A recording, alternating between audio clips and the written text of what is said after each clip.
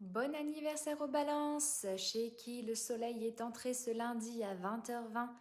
En entrant dans ce signe, il apporte sa très grande influence solaire, dynamisante, très positivante, et vous permet d'avoir une meilleure vision d'ensemble, une meilleure gestion globale.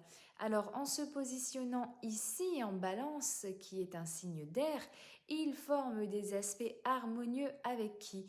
Eh bien avec déjà les autres signes d'air que sont les Gémeaux et les Verseaux, et les signes en sextile, les lions et les sagittaires. Donc, ces 4 signes, vous bénéficiez, vous aussi, des grandes énergies bienfaisantes et bienveillantes du soleil. Alors, il est en début de signe dans le premier décan, puisqu'il vient d'y entrer, et donc il impacte plus fortement les premiers décans.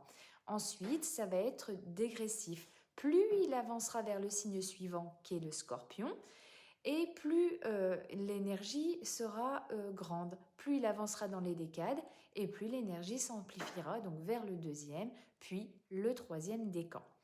Donc période heureuse pour ces signes-là. Par contre, lorsqu'il est en balance, et oui, il forme des aspects qu'on dit dissonants. Alors il y a des carrés qui sont des angles de 90 degrés avec d'autres signes. Qui sont-ils? Eh bien, les cancers et les capricornes dont je fais partie. Et en face de la balance, nous avons en opposition, donc un aspect de 180 degrés, le bélier.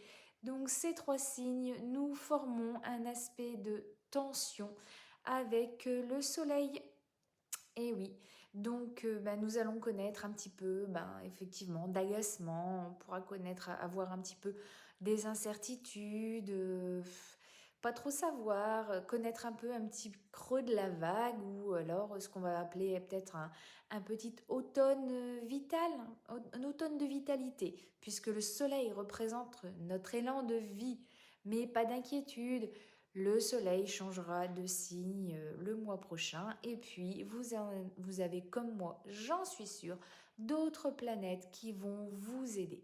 Mais ça, c'est au prochain épisode.